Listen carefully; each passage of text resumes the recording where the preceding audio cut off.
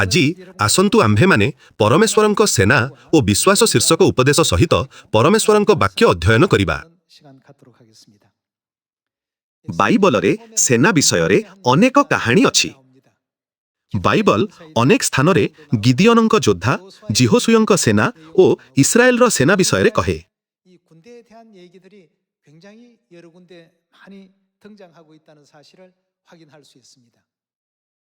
ଆମେ ଭାବିପାରୁ ପରମେଶ୍ୱର ଆମକୁ ଶିଖାଇଛନ୍ତି ଯେ ବାଇବଲ ପରିତ୍ରାଣ ପାଇଁ ଜ୍ଞାନ ଦିଏ, ତେବେ କାହିଁକି ସେନା ବିଷୟରେ ଏତେ କାହାଣୀ ଅଛି?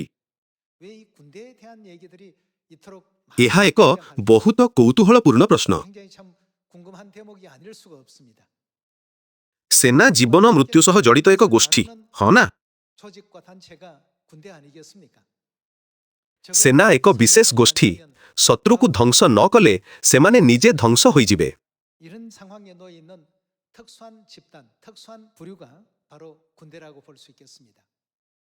ଆଜି ଆସନ୍ତୁ ପରମେଶ୍ୱରଙ୍କ ସେନା ଓ ବିଶ୍ୱାସ ଉପଦେଶ ଦ୍ୱାରା ବାଇବେଲରୁ ପରମେଶ୍ୱରଙ୍କ ଇଚ୍ଛା ଜାଣିବା। ଆସନ୍ତୁ ଦ୍ୱିତୀୟ ତିମୋଥୀ ଅଧ୍ୟାୟ 2 ଦେଖିବା। ଆସନ୍ତୁ ଦ୍ୱିତୀୟ ତିମୋଥୀ ଅଧ୍ୟାୟ 2 ପଦ 3 ଦେଖିବା। ଖ୍ରୀଷ୍ଟ ଯୀଶୁଙ୍କର ଜଣେ ଉତ୍ତମ ଯୋଦ୍ଧା ପରି ମୋ ସହିତ କ୍ଲେଶ ସହ୍ୟ କର। ଆମ୍ଭେମାନେ କିଏ? ଖ୍ରୀଷ୍ଟ ଯୀଶୁଙ୍କର ଜଣେ ଉତ୍ତମ ଯୋଦ୍ଧା। ସେନା ସୈନିକମାନଙ୍କର ଏକ ଦଳ, ନୁହେଁ କି? ଖ୍ରୀଷ୍ଟ ଯୀଶୁଙ୍କର ଜଣେ ଉତ୍ତମ ଯୋଦ୍ଧା ପରି ମୋ ସହିତ କ୍ଲେଶ ସହ୍ୟ କର। କୌଣସି ଲୋକ ସୈନ୍ୟ କାର୍ଯ୍ୟ କରି ସଂସାରର ଅନ୍ୟ କାର୍ଯ୍ୟରେ ନିଜକୁ ଆବଦ୍ଧ କରେ ନାହିଁ, ଯେପରି ସୈନ୍ୟ ପଦରେ ନିଯୋଗକର୍ତ୍ତାଙ୍କୁ ସେ ସନ୍ତୁଷ୍ଟ କରିପାରେ। ବାଇବଲ ଆମ୍ଭକୁ ଏହା ଶିକ୍ଷା ଦିଏ। ଆମ୍ଭମାନଙ୍କୁ କ'ଣ ବୋଲି କୁହାଯାଇଛି? ଆମ୍ଭେ ଖ୍ରୀଷ୍ଟ ଯୀଶୁଙ୍କ ଉତ୍ତମ ସୈନିକ। ଆସନ୍ତୁ ଦେଖିବା ବାଇବଲରେ ସେନାବାହିନୀ ଓ ଆମ୍ଭର ପରିତ୍ରାଣ କିପରି ଜଡ଼ିତ।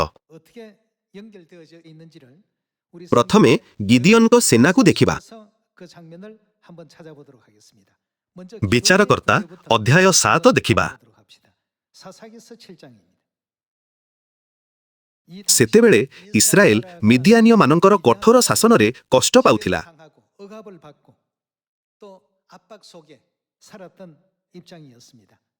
ପରମେଶ୍ୱର ଗିଦିଅନଙ୍କ ଦ୍ୱାରା ଇସ୍ରାଏଲକୁ ମୁକ୍ତ ଓ ପୁନରୁଦ୍ଧାର କଲେ।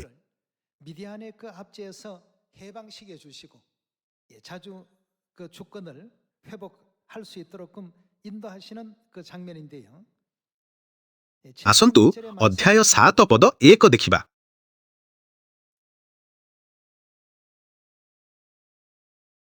ପଦ 1ରେ ଲେଖା ଅଛି, ଅନନ୍ତର ଜିରୁବ୍ବାଲ ଅର୍ଥାତ୍ ଗିଦିଅନ ଓ ତାଙ୍କର ସଙ୍ଗୀ ସମସ୍ତ ଲୋକ ପ୍ରଭାତରେ ଉଠି ହାରୋଦ ନିର୍ଝର ନିକଟରେ ଛାଉଣି କଲେ। ସେ ସମୟରେ ମିଦିଅନର ଛାଉଣି ସେମାନଙ୍କ ଉତ୍ତର ଆଡ଼େ ମୋରି ପର୍ବତ ନିକଟସ୍ଥ ତଳଭୂମିରେ ଥିଲା। ଏ ଉତ୍ତାରେ ସଦାପ୍ରଭୁ ଗିଦିଅନକୁ କହିଲେ, ତୁମ୍ଭ ସଙ୍ଗୀ ଲୋକମାନେ ଏତେ ଅଧିକ ଯେ ଆମ୍ଭେ ମିଦିଅନୀୟମାନଙ୍କୁ ସେମାନଙ୍କ ହସ୍ତରେ ସମର୍ପଣ କରି ନ ପାରୁ। କଲେ ଆମ୍ଭ ନିଜ ହସ୍ତ ଆମ୍ଭକୁ ଉଦ୍ଧାର କରିଅଛି, ଏହା କହି ଇସ୍ରାଏଲ ଅବା ଆମ୍ଭ ପ୍ରତିକୂଳରେ ଦର୍ପ କରିବ। ଏଣୁ ଏବେ ଏହା କର, ଯେ କେହି ଭୟାର୍ତ୍ତ ଓ କମ୍ପିତ ସେ ଫେରି ଗିଲିୟଦ ପର୍ବତରୁ ଚାଲିଯାଉ, ଏହା କହି ଲୋକମାନଙ୍କ କର୍ଣ୍ଣରେ ଘୋଷଣା କର। ଅର୍ଥାତ୍ ଯେଉଁମାନେ ଭୟଭୀତ ଥିଲେ ସେମାନେ ପରମେଶ୍ୱରଙ୍କ ବିଜୟ ଓ ନେତୃତ୍ୱକୁ ବିଶ୍ୱାସ କରୁନଥିଲେ ଏବଂ ଶତ୍ରୁ ହାତରେ ମୃତ୍ୟୁକୁ ଭୟ କରୁଥିଲେ।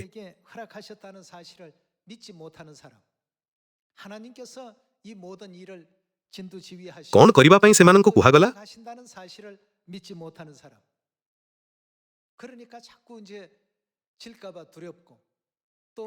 ଫେରି ଗିଲିୟଦ ପର୍ବତରୁ ଚାଲିଯାଉ।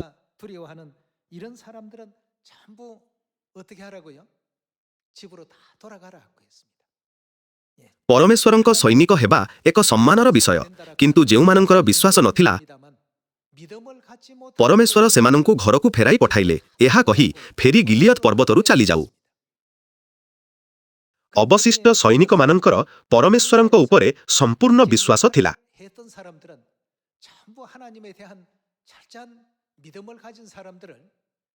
ପ୍ରତ୍ୟେକ ଯୁଗରେ ଗିଦିଅନ୍, ଜିହୋସୁୟ ଓ ମୋଶାଙ୍କ ପରି ପରମେଶ୍ୱର ତାଙ୍କ ଆଧ୍ୟାତ୍ମିକ ଓ ଶାରୀରିକ ସେନା ପାଇଁ ସୈନିକ ଚାହୁଁଥିଲେ।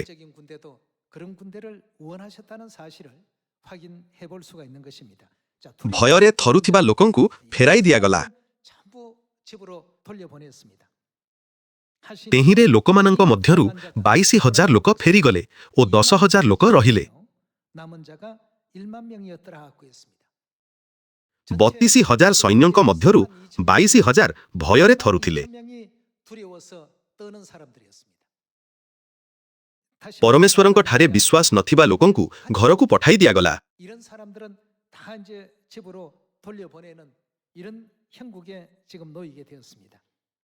ପରମେଶ୍ୱର ଗିଦିଅନଙ୍କୁ କହିଲେ 10,000 ଲୋକ ମଧ୍ୟ ଅଧିକ। ପରମେଶ୍ୱରଙ୍କ ପାଇଁ ସେନାର ଆକାର ଜୟ ପରାଜୟର ମାପକାଠି ନଥିଲା।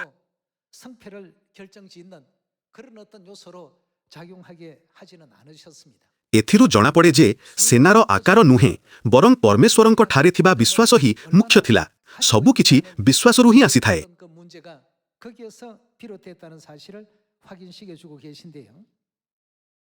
ପଦ 4 ଦେଖିବା। ତହୁଁ ସଦାପ୍ରଭୁ ଗିଦିଅନଙ୍କୁ କହିଲେ, ତଥାପି ବହୁତ ଲୋକ ଅଛନ୍ତି, ସେମାନଙ୍କୁ ଜଳ ନିକଟକୁ ଆଣ। ସେଠାରେ ଆମ୍ଭେ ତୁମ୍ଭ ନିମନ୍ତେ ସେମାନଙ୍କୁ ପରୀକ୍ଷା କରିବା। ତହିଁରେ ଆମ୍ଭେ ଯାହା ବିଷୟରେ ତୁମ୍ଭକୁ କହିବା, ଏ ତୁମ୍ଭ ସଙ୍ଗରେ ଯିବ, ସେ ତୁମ୍ଭ ସଙ୍ଗରେ ଯିବ। ପୁଣି ଯାହା ବିଷୟରେ ଆମ୍ଭେ ତୁମ୍ଭକୁ କହିବା, ଏ ତୁମ୍ଭ ସଙ୍ଗରେ ଯିବ ନାହିଁ, ସେ ଯିବ ନାହିଁ। ତେଣୁ ସେ ଲୋକମାନଙ୍କୁ ଜଳ ନିକଟକୁ ଆଣିଲେ। ତହିଁରେ ସଦାପ୍ରଭୁ ଗିଦିଅନଙ୍କୁ କହିଲେ, କୁକୁର ପରି ଆପଣା ଜିହ୍ୱାରେ ଚାକୁ ଚାକୁ କରି ଜଳ ଖାଇବା ପ୍ରତ୍ୟେକ ଲୋକକୁ, ସେହିପରି ପାନ କରିବାକୁ ଆଣ୍ଠୁ ଉପରେ ନଇଁ ପଡ଼ିବା ପ୍ରତ୍ୟେକ ଲୋକକୁ ପୃଥକ୍ କର। ତହିଁରେ ଯେଉଁମାନେ ଆପଣା ଆପଣା ମୁଖରେ ହାତ ଦେଇ ଚାକୁ ଚାକୁ କରି ଜଳ ଖାଇଲେ, ସେମାନେ ସଂଖ୍ୟାରେ 300 ଲୋକ ହେଲେ। ମାତ୍ର ଅବଶିଷ୍ଟ ଲୋକ ସମସ୍ତେ ଜଳପାନ କରିବାକୁ ଆଣ୍ଠୁ ଉପରେ ନଇଁ ପଡ଼ିଲେ। ପଦ 7। ତେଣୁ ସଦାପ୍ରଭୁ ଗିଦିଅନଙ୍କୁ କହିଲେ, ଯେଉଁ 300 ଲୋକ ଚାକୁ ଚାକୁ କରି ଜଳ ଖାଇଲେ, ସେମାନଙ୍କ ଦ୍ୱାରା ଆମ୍ଭେ ତୁମ୍ଭମାନଙ୍କୁ ଉଦ୍ଧାର କରିବା ଓ ମିଦିଅନୀୟମାନଙ୍କୁ ତୁମ୍ଭ ହସ୍ତରେ ସମର୍ପଣ କରିବା। ଆଉ ସମସ୍ତ ଲୋକ ଆପଣା ଆପଣା ସ୍ଥାନକୁ ଚାଲିଯାଆନ୍ତୁ। 32,000 ସୈନ୍ୟଙ୍କ ମଧ୍ୟରୁ 22,000 ଭୟରେ ଥରୁଥିଲେ। କେବଳ 10,000 ଲୋକ ରହିଲେ। ସେମାନେ କହିଲେ, ଆମେ ନିର୍ଭୀକ, ଶେଷ ଯାଏଁ ପରମେଶ୍ୱରଙ୍କ ଇଚ୍ଛା ପାଳନ କରିବୁ।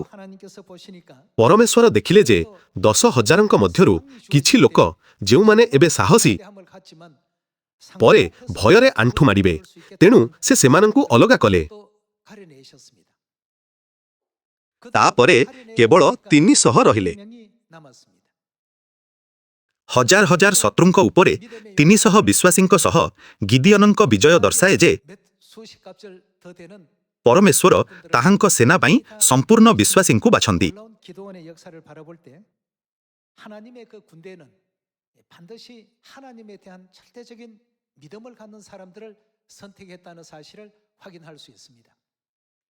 ପରିସ୍ଥିତିରେ ବିଚଳିତ ହେବା ଲୋକଙ୍କୁ ପରମେଶ୍ୱର ବାଛି ବାହାର କଲେ।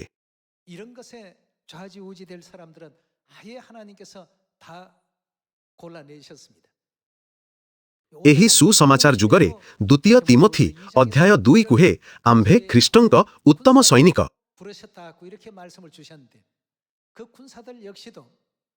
ଗିଦିଅନଙ୍କ ସୈନ୍ୟ ଦଳ ପରି ପରମେଶ୍ୱରଙ୍କ ଦ୍ୱାରା ବ୍ୟବହୃତ ହେବାକୁ ଆମ୍ଭମାନଙ୍କର ବିଶ୍ୱାସ ରହିବା ଆବଶ୍ୟକ। ଆମ୍ଭ ସୁସମାଚାରକୁ କିଏ ପରିଚାଳନା କରନ୍ତି ଓ ଆମ୍ଭର ପରିଣାମ କ'ଣ ହେବ, ଏହା ଆମ୍ଭେ ଭାବିବା ଉଚିତ।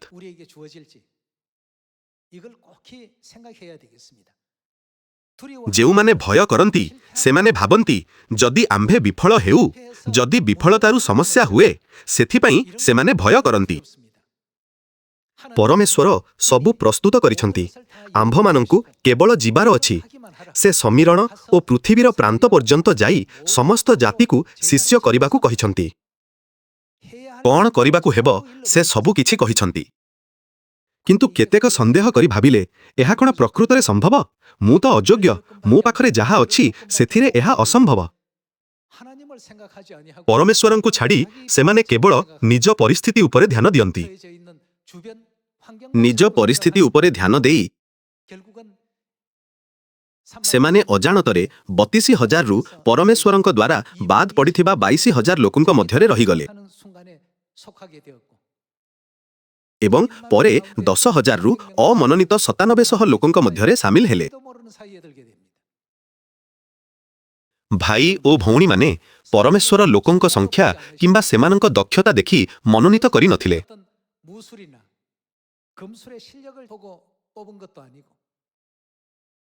ପରମେଶ୍ୱରଙ୍କ ମନୋନୟନର ପରୀକ୍ଷା ଥିଲା ତାଙ୍କଠାରେ ସମ୍ପୂର୍ଣ୍ଣ ବିଶ୍ୱାସ। ସେ ସେମାନଙ୍କୁ ବିଜୟ ଦେଲେ। ବାଇବଲ ଦେଖାଏ ଯେ ପରମେଶ୍ୱର ବିଶ୍ୱାସୀ ଲୋକଙ୍କ ଦ୍ୱାରା ତାହାଙ୍କର ସମସ୍ତ ସୁସମାଚାର କାର୍ଯ୍ୟ ସମ୍ପନ୍ନ କଲେ।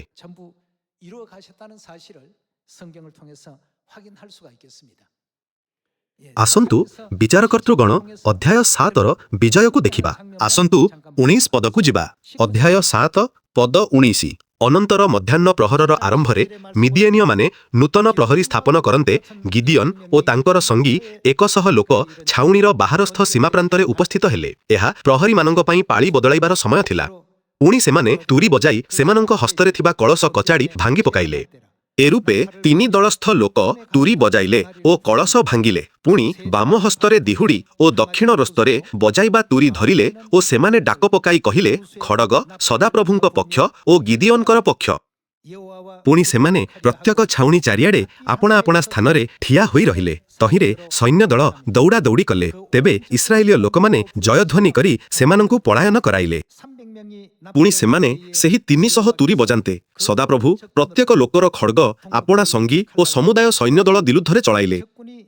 ତହିଁରେ ସୈନ୍ୟ ଦଳ ସରଦା ଆଡ଼େ ବଇତ୍‌ସିଟା ପର୍ଯ୍ୟନ୍ତ ଟବ୍ବତ ନିକଟସ୍ଥ ଆବେଲ ମହଲାର ସୀମା ପର୍ଯ୍ୟନ୍ତ ପଳାୟନ କଲେ।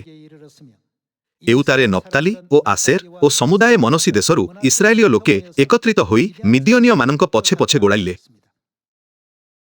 ଏହିପରି କେତେ ସୈନିକ ମୃତ୍ୟୁବରଣ କଲେ? 1,35,000 ସୈନିକ ପରାସ୍ତ ହେଲେ।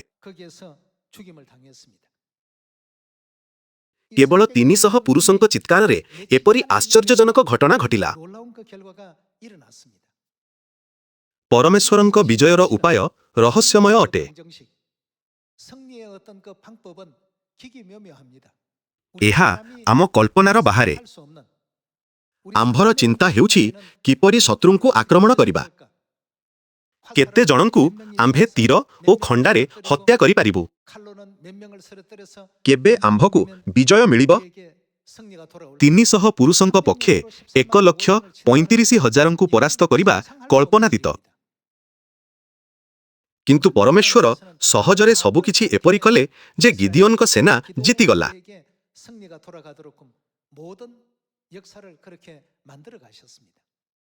ପରମେଶ୍ୱରଙ୍କ ଏକମାତ୍ର ସର୍ତ୍ତ ଥିଲା ସେନାର ବିଶ୍ୱାସ। ସେ ଏପରି ଲୋକ ବାଛିଲେ। କିଛି ଲୋକ ଯଦି ଆମ୍ଭେ ହାରିଯାଉ ଭାବି ଭୟ କଲେ। ପରମେଶ୍ୱର ନିଜେ ସେମାନଙ୍କୁ ଚଳାଉଥିଲେ ମଧ୍ୟ ସେମାନେ ମନୁଷ୍ୟ ଦ୍ୱାରା ଚାଳିତ ସେନା ପରି ଡରିଲେ। ତେଣୁ ପରମେଶ୍ୱର ସେମାନଙ୍କୁ ତାଙ୍କ ସେନାରୁ ଅଯୋଗ୍ୟ କଲେ।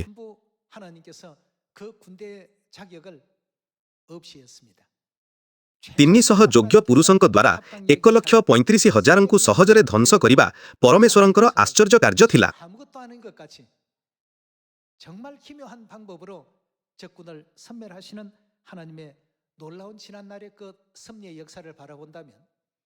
ଏହା ଆଜି ଆମ୍ଭକୁ ଏହି ପ୍ରଶ୍ନର ଉତ୍ତର ଦିଏ, ସୁସମାଚାରର ସୈନିକ ଭାବେ ଆମ୍ଭର ମନୋଭାବ କିପରି ହେବା ଉଚିତ।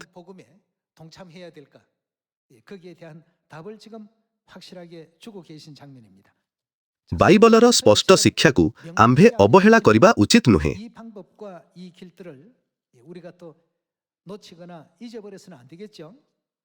ଆସନ୍ତୁ ଜିହୋଶୁୟ ଅଧ୍ୟାୟ 6 ପଦ 1 ଦେଖିବା। ଆମ୍ଭେମାନେ ଜାଣୁ ଯେ ଜିହୋଶୁୟଙ୍କ ନେତୃତ୍ୱରେ ପରମେଶ୍ୱର ଇସ୍ରାଏଲକୁ ଜିରିହୋ ବିଜୟ ଦେଲେ। ଅଧ୍ୟାୟ 6 ପଦ 1। ସେହି ସମୟରେ ଇସ୍ରାଏଲ ସନ୍ତାନଗଣ ସକାଶୁ ଜିରିହୋ ରୁଦ୍ଧ ଥିଲା, ଦୃଢ଼ ରୂପେ ରୁଦ୍ଧ ହୋଇଥିଲା। କେହି ବାହାରକୁ ଗଲା ନାହିଁ ଓ କେହି ଭିତରକୁ ଆସିଲା ନାହିଁ। ତହୁଁ ସଦାପ୍ରଭୁ ଯେହୋଶୁଆଙ୍କୁ କହିଲେ, ଦେଖ, ଆମ୍ଭେ ତୁମ୍ଭ ହସ୍ତରେ ଜିରିହୋ ନଗର ଓ ତହିର ରାଜା ଓ ମହାବିକ୍ରମଶାଳୀ ଲୋକମାନଙ୍କୁ ସମର୍ପଣ କଲୁ। ତୁମ୍ଭେମାନେ ନଗର ବେଷ୍ଟନ କରିବ। ସମସ୍ତ ଯୋଦ୍ଧା ଥରେ ନଗର ଚାରିଆଡ଼େ ପ୍ରଦକ୍ଷିଣ କରିବେ। ଏହି ପ୍ରକାରେ ତୁମ୍ଭେ 6 ଦିନ କରିବ। ପୁଣି 7 ଜଣ ଯାଜକ ସିନ୍ଦୁକର ଅଗ୍ରସର ହୋଇ ମହାଶବ୍ଦକାରୀ 7 ତୁରୀ ବହିବେ। ଆଉ ସପ୍ତମ ଦିନ ତୁମ୍ଭେମାନେ 7 ଥର ନଗର ପ୍ରଦକ୍ଷିଣ କରିବ ଓ ଯାଜକମାନେ ତୁରୀ ବଜାଇବେ। ଏଥିରେ ଯେତେବେଳେ ସେମାନେ ମହାଶବ୍ଦକାରୀ ସିଙ୍ଗାରେ ଦୀର୍ଘଧ୍ୱନି କରିବେ ଓ ଯେତେବେଳେ ତୁମ୍ଭେମାନେ ସେହି ତୁରୀ ଶବ୍ଦ ଶୁଣିବ, ସେତେବେଳେ ସମସ୍ତ ଲୋକ ମହାଜୟଧ୍ୱନିରେ ଜୟଧ୍ୱନି କରିବେ। ତହିଁରେ ନଗରର ପ୍ରାଚୀର ପଡ଼ି ସମଭୂମି ହେବ ଓ ଲୋକମାନେ ପ୍ରତ୍ୟେକେ ଆପଣା ଆପଣା ସମ୍ମୁଖସ୍ଥ ପଥ ଦେଇ ଉଠିଯିବେ। ପରମେଶ୍ୱର ଏପରି ଏକ ଯୁଦ୍ଧର ଆଦେଶ ଦେଲେ, ଯାହା କୌଣସି ଯୁଦ୍ଧ ପରି ମନେ ହେଉନଥିଲା। ଥରେ ନଗର ଚାରିଆଡ଼େ ପ୍ରଦକ୍ଷିଣ କରିବେ। ଆଉ ସପ୍ତମ ଦିନ ତୁମ୍ଭେମାନେ 7 ଥର ନଗର ପ୍ରଦକ୍ଷିଣ କରିବ। ଯେତେବେଳେ ତୁମ୍ଭେମାନେ ସେହି ତୁରୀ ଶବ୍ଦ ଶୁଣିବ, ସେତେବେଳେ ସମସ୍ତ ଲୋକ ମହାଜୟଧ୍ୱନିରେ ଜୟଧ୍ୱନି କରିବେ। ସେନାବାହିନୀର ଆବଶ୍ୟକତା ମଧ୍ୟ ନଥିଲା। ଯୁଦ୍ଧ ହେବ ନାହିଁ ବୋଲି ଲାଗୁଥିଲା। ଏହା ହିଁ ପରମେଶ୍ୱରଙ୍କର ରଣନୀତି ଥିଲା। ଜିହୋଶୁୟଙ୍କ ସୈନ୍ୟବାହିନୀ ପରମେଶ୍ୱରଙ୍କ ବାକ୍ୟକୁ ଅକ୍ଷରେ ଅକ୍ଷରେ ପାଳନ କଲେ। ଏବେ କ'ଣ ହେଲା ତାହା ଦେଖିବା ପାଇଁ ଆସନ୍ତୁ ପଦ 15 ପଢ଼ିବା। ଆସନ୍ତୁ ପଦ 15କୁ ଯିବା।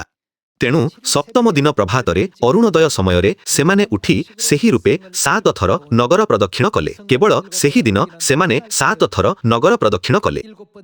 ପୁଣି ଯାଜକମାନେ ସପ୍ତମ ଥର ତୁରୀ ବଜାଇବା ବେଳେ ଜିହୋଶୁୟ ଲୋକମାନଙ୍କୁ କହିଲେ, ଜୟଧ୍ୱନି କର, କାରଣ ସଦାପ୍ରଭୁ ତୁମ୍ଭମାନଙ୍କୁ ଏ ନଗର ଦେଲେ।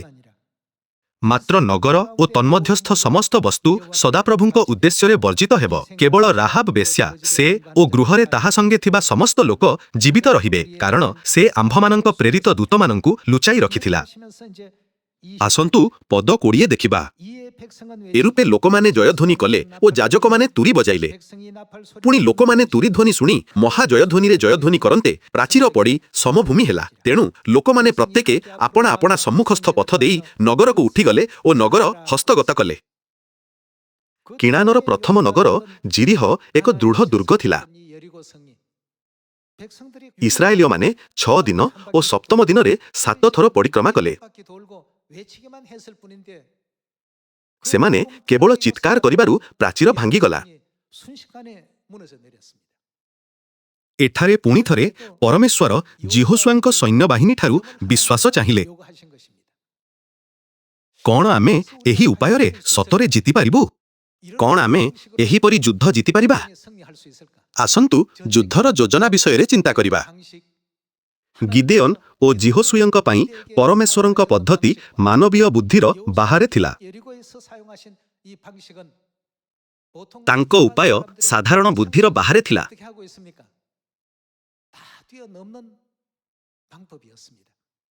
ଆମେ ଦେଖିବା ଉଚିତ, ପରମେଶ୍ୱର ସର୍ବଦା ଇସ୍ରାଏଲ ସେନାକୁ ମାନବ ବୁଝାମଣାର ବାହାରେ ନେତୃତ୍ୱ ଦେଇଛନ୍ତି।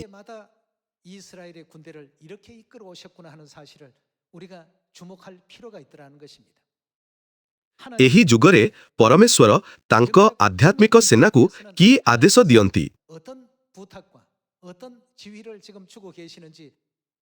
ଏହି ଯୁଗରେ ଯଦି ଆମେ ଜିହୋଶୁୟ ଓ ଗିଦିଓନଙ୍କ ପରି ବିଶ୍ୱାସରେ ପରମେଶ୍ୱରଙ୍କ ଆଜ୍ଞା ପାଳନ କରୁ, ତେବେ କ'ଣ ହେବ? ପରମେଶ୍ୱର ଯାହା କହନ୍ତି ତାହା ହିଁ ହୁଏ। କିନ୍ତୁ ଆମର ପରିସ୍ଥିତିକୁ ଦେଖିବାର ଖରାପ ଅଭ୍ୟାସ ଅଛି। ଆମେ ନିଜ ପରିସ୍ଥିତି, ପରିବେଶ ଓ ଅନ୍ୟମାନେ କ'ଣ ଭାବନ୍ତି ତାହା ଦେଖୁ। ପରମେଶ୍ୱରଙ୍କ ସେନା ବିଶ୍ୱାସରେ ହିଁ ଆଗକୁ ବଢ଼ିଥାଏ, ହଁ ନା? ଏପରି କଲେ ପରମେଶ୍ୱର ଆମକୁ ତାହାଙ୍କ ପ୍ରତିଜ୍ଞାତ ଫଳ ଦିଅନ୍ତି। ତଥାପି କାମ ସରିବା ପର୍ଯ୍ୟନ୍ତ ଆମେ ବହୁତ ଚିନ୍ତା କରୁ। ସେମାନଙ୍କର ମାନବୀୟ ଚିନ୍ତା, ପଦ୍ଧତି ଓ ଭୟ ଯୋଗୁଁ ସେମାନଙ୍କୁ କୁହାଗଲା, ତୁମେ ଯୋଗ୍ୟ ନୁହଁ, ଘରକୁ ଯାଅ, ଏବଂ 22,000 ଲୋକ ଘରକୁ ଫେରିଗଲେ। ବାକି 10,000ରୁ 9,700 ଫେରିଗଲେ ଓ ପରମେଶ୍ୱର କେବଳ 300 ଲୋକଙ୍କ ଦ୍ୱାରା ବିଜୟ ଆଣିଲେ।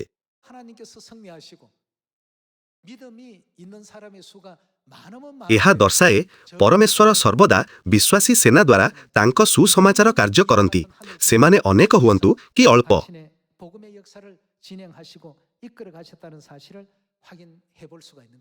ତେବେ ପବିତ୍ର ଆତ୍ମାଙ୍କ ଯୁଗରେ ସୁସମାଚାର ସେନା ପାଇଁ ପରମେଶ୍ୱରଙ୍କ ଆଜ୍ଞା କ'ଣ? ଆସନ୍ତୁ ମାଥ୍ୟୁ ସୁସମାଚାର ଦେଖିବା। ମାଥ୍ୟୁ ଅଧ୍ୟାୟ 24। ଆସନ୍ତୁ ପଦ 13 ଦେଖାବା। ମାତ୍ର ଯେ ଶେଷ ପର୍ଯ୍ୟନ୍ତ ଧୈର୍ଯ୍ୟ ଧରି ରହିବ ସେ ପରିତ୍ରାଣ ପାଇବ। ଆଉ ସମସ୍ତ ଜାତି ନିକଟରେ ସାକ୍ଷ୍ୟ ଦେବା ନିମନ୍ତେ ରାଜ୍ୟର ଏହି ସୁସମାଚାର ସମୁଦାୟ ପୃଥିବୀରେ ଘୋଷଣା କରାଯିବ, ତତ୍ପରେ ଯୁଗା ହେବ। ଯୀଶୁ ତାଙ୍କର ସୁସମାଚାର ସେନାକୁ ଏହି ଶେଷ ବିଷୟରେ ଶିକ୍ଷା ଦେଇଥିଲେ।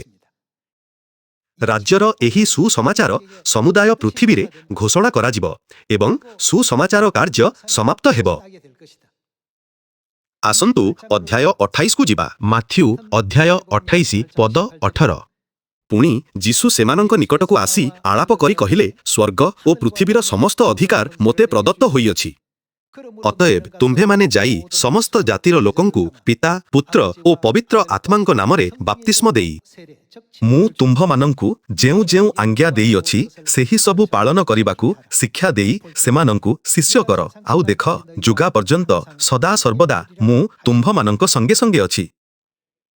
ଯୀଶୁ ସ୍ୱର୍ଗୀୟ ସୁସମାଚାର ସେନାର ସେନାପତି କହିଲେ ଯେ ଏହି ସୁସମାଚାର ନିଶ୍ଚିତ ଭାବରେ ସମ୍ମିଳନରେ ଏବଂ ପୃଥିବୀର ଶେଷ ସୀମା ପର୍ଯ୍ୟନ୍ତ ପ୍ରଚାର କରାଯିବ ଏବଂ ଆମକୁ ଏହି ପଦ୍ଧତି ଶିଖାଇଲେ, ଯାଇ ସମସ୍ତ ଜାତିର ଲୋକଙ୍କୁ।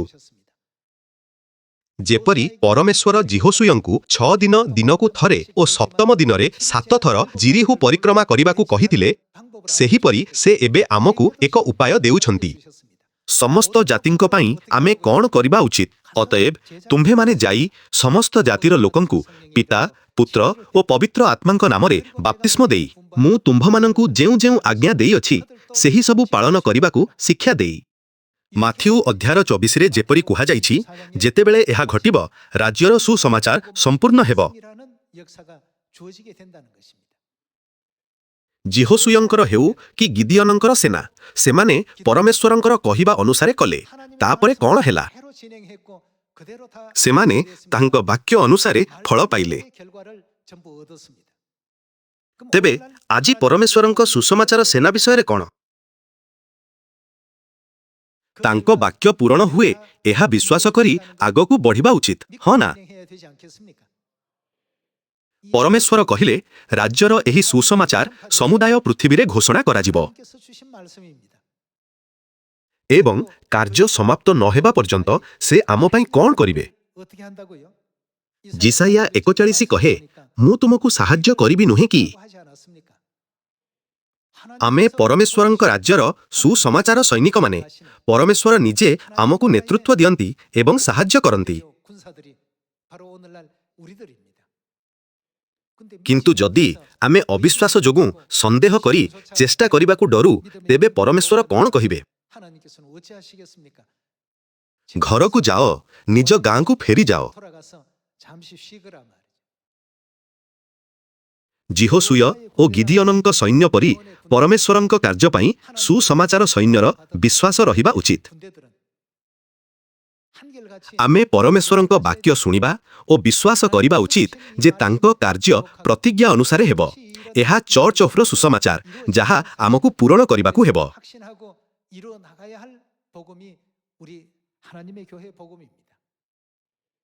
ଆସନ୍ତୁ ଆମେ ଗିଦିଅନଙ୍କ ଯୋଦ୍ଧା ଓ ଯିହୋଶୁୟଙ୍କ ସୈନ୍ୟ ପରି ହେବା।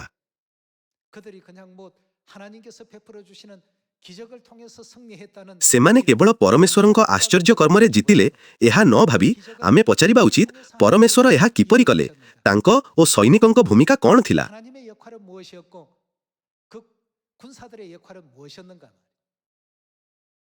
ପରମେଶ୍ୱର ଯାଅ କହିଲେ ସେମାନେ ଗଲେ, ଶିଷ୍ୟ କର କହିଲେ ସେମାନେ କଲେ। ବାପ୍ତିସ୍ମ ଦିଅ କହିଲେ ସେମାନେ ବାପ୍ତିସ୍ମ ଦେଲେ। 내가 너희에게 분부한 것을 가르치라 하면 가르쳤고 ମୋର ଆଜ୍ଞା ଶିଖାଅ କହିଲେ ସେମାନେ ତାହା ପାଳନ କରିବାକୁ ଶିଖାଇଲେ। ଆମେ ଏହି କାର୍ଯ୍ୟ କରିବା ଦ୍ୱାରା ଆମ ଅଜାଣତରେ ସମୀରଣରେ ଓ ପୃଥିବୀର ପ୍ରାନ୍ତ ପର୍ଯ୍ୟନ୍ତ ସୁସମାଚାର ପ୍ରଚାର ହୋଇଯାଏ। 다 전해지고 다 알려지고 ଆପଣ ତାହା କରିନାହାନ୍ତି, କିନ୍ତୁ ଉସୁଆଇଆରେ ଓ ଆପଣ କେବେ ଯାଇନଥିବା ଦୂର ସ୍ଥାନରେ ମଧ୍ୟ ମଣ୍ଡଳୀ ସ୍ଥାପିତ ହୋଇଛି। 까지도 교회가 세워져 있고 말이야.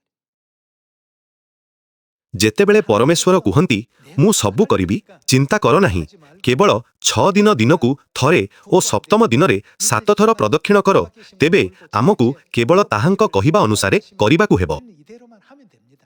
ତେବେ ଏହି ସୁସମାଚାରର କ'ଣ ହେବ? 어떻게 된다고요? ସମଗ୍ର ଜଗତରେ ସୁସମାଚାର ପ୍ରଚାର ହେବ ବୋଲି ପରମେଶ୍ୱର କ'ଣ ଆଗରୁ ପ୍ରତିଜ୍ଞା କରିନାହାନ୍ତି? 다 해놓을 것이다. 그 미리 약속해 놓지 않았습니까? ପିତା ଓ ମାତା ଶିଖାଇଥିବା ଜୀବନର ସୁସମାଚାର ଆମେ ସମସ୍ତଙ୍କୁ ପ୍ରଚାର କରିବା ଉଚିତ। 누구에게라도 우리가 빠짐없이 당신은 우리 이웃 ଯଦି ପଡ଼ୋଶୀ କହନ୍ତି ପାଖରେ ରହି ମୋତେ କେବେ ପ୍ରଚାର କଲନି, ତେବେ କ'ଣ ହେବ? 듣지 않도록 우리 가까운 이웃에서부터 ଆମର ପଡ଼ୋଶୀ, ପରିଚିତ, ସମ୍ପର୍କୀୟ, ପରିବାର, ବନ୍ଧୁ ଓ ସହକର୍ମୀଙ୍କୁ ସୁସମାଚାର ପ୍ରଚାର କରିବା ଉଚିତ, ଯେପରି ଆମେ ଏପରି ଅଭିଯୋଗ ନ ଶୁଣୁ। 소식을 전파하는 것은 우리의 일입니다. 그러나 କେତେକ ଶୁଣିବେ ଏବଂ କେତେକ ପ୍ରତ୍ୟାଖ୍ୟାନ କରିବେ। 사람이 있겠죠. 그러나 하늘 백성들은 그때 କିନ୍ତୁ ଯଦି ଆମେ ସେମାନଙ୍କୁ ନ କହିବା, ତେବେ ସ୍ୱର୍ଗର ଲୋକମାନେ ସତ୍ୟ ଗ୍ରହଣ କରିପାରିବେ ନାହିଁ। ତେଣୁ ଆମକୁ ସମସ୍ତଙ୍କୁ କହିବା ଉଚିତ। 우리는 하나님 나라의 복음의 군사라는 이 ଆମର କାର୍ଯ୍ୟଭାରକୁ ନ ଭୁଲିବା। ଆମ୍ଭେ ପରମେଶ୍ୱରଙ୍କ ରାଜ୍ୟର ସୁସମାଚାର ସୈନିକ। 행보에 동참케 허락해 주신 그 은혜에 ପିତା ଓ ମାତାଙ୍କୁ ଧନ୍ୟବାଦ ଦେବା ଯେ ସେ ଆମକୁ ତାଙ୍କ ମହାନ କାର୍ଯ୍ୟରେ ସାମିଲ କଲେ। ସୁସମାଚାରର କର୍ମୀ ରୂପକ ଫଳ ଫଳାଇ ତାଙ୍କୁ ଆନନ୍ଦ ଓ ଗୌରବ ଦେବା। 큰 기쁨과 영광 돌리는 여러분과 제가 꼭 되읍시다. ଏହି କାର୍ଯ୍ୟ ପାଇଁ ପରମେଶ୍ୱର ଅନ୍ୟ ଯୋଗ୍ୟତା ବିଚାର କରନ୍ତି ନାହିଁ। ବାଇବଲ କହେ ଯେ ପରମେଶ୍ୱରଙ୍କ ସେନା ପାଇଁ ସବୁଠାରୁ ଗୁରୁତ୍ୱପୂର୍ଣ୍ଣ ଯୋଗ୍ୟତା ହେଉଛି ବିଶ୍ୱାସ। ଏହି ବିଶ୍ୱାସ ରଖି ଆସନ୍ତୁ ସୁସମାଚାର ପଥରେ ଆଗକୁ ବଢ଼ିବା ଯେ ପରମେଶ୍ୱରଙ୍କ ବାକ୍ୟ ଅନୁସାରେ ସବୁକିଛି ସଫଳ ହେବ। 복음의 길또 행진할 수 있는 저와 ମୁଁ 여러분이 ଉପଦେଶ ସମାପ୍ତ କରିବାକୁ ଚାହୁଁଛି। ବହୁତ ବହୁତ ଧନ୍ୟବାଦ। 되겠습니다. 감사합니다.